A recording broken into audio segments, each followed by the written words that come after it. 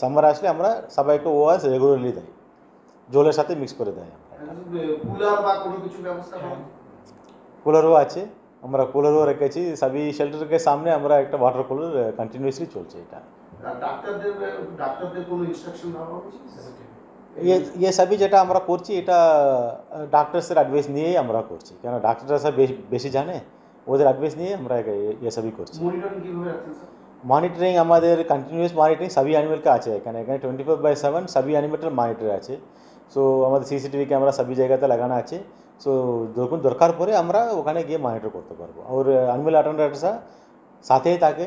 So ওরা CCTV মাধ্যমে monitor করছে। ওরা যারা স্যার পর্যটক আসছে, যারা বা চিড়িয়াখানা ভিজিট করতে আসছে, তাদের জন্য কি কোনো রকম ব্যবস্থা নেওয়া হচ্ছে যাতে পশু পাখিদের উপরে কোনো রকমের কোনো মানে প্রেশার না পড়ে এই গরমের জন্য, বা কোনো রেস্ট্রিকশন করা হচ্ছে?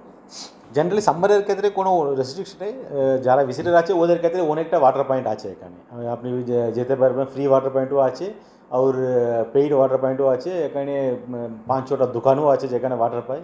সো ওয়াটারের অসুবিধা ওদেরকে হয়নি। আর জেনারেলি আমরা এনি জুতে আমরা একটা ডিস্টেন্স রাখে ভিজিটার্স আর অ্যানিমালসকে, মিনিমাম ডিস্টেন্স আমরা রাখে which is of 6 foot R 8 foot, সেরকম আমরা একটা মিনিমাম ডিস্টেন্স রাখে, যেহেতু ওরা রিচ করতে না পারবে। এটা শুধু অ্যানিমালের জন্য নেই, এটা ভিজিটার্স জন্য বা এটা সেফটির জন্য আছে।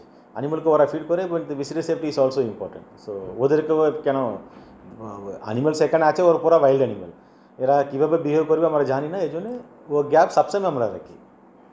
Okay sir, thank you. Thank you.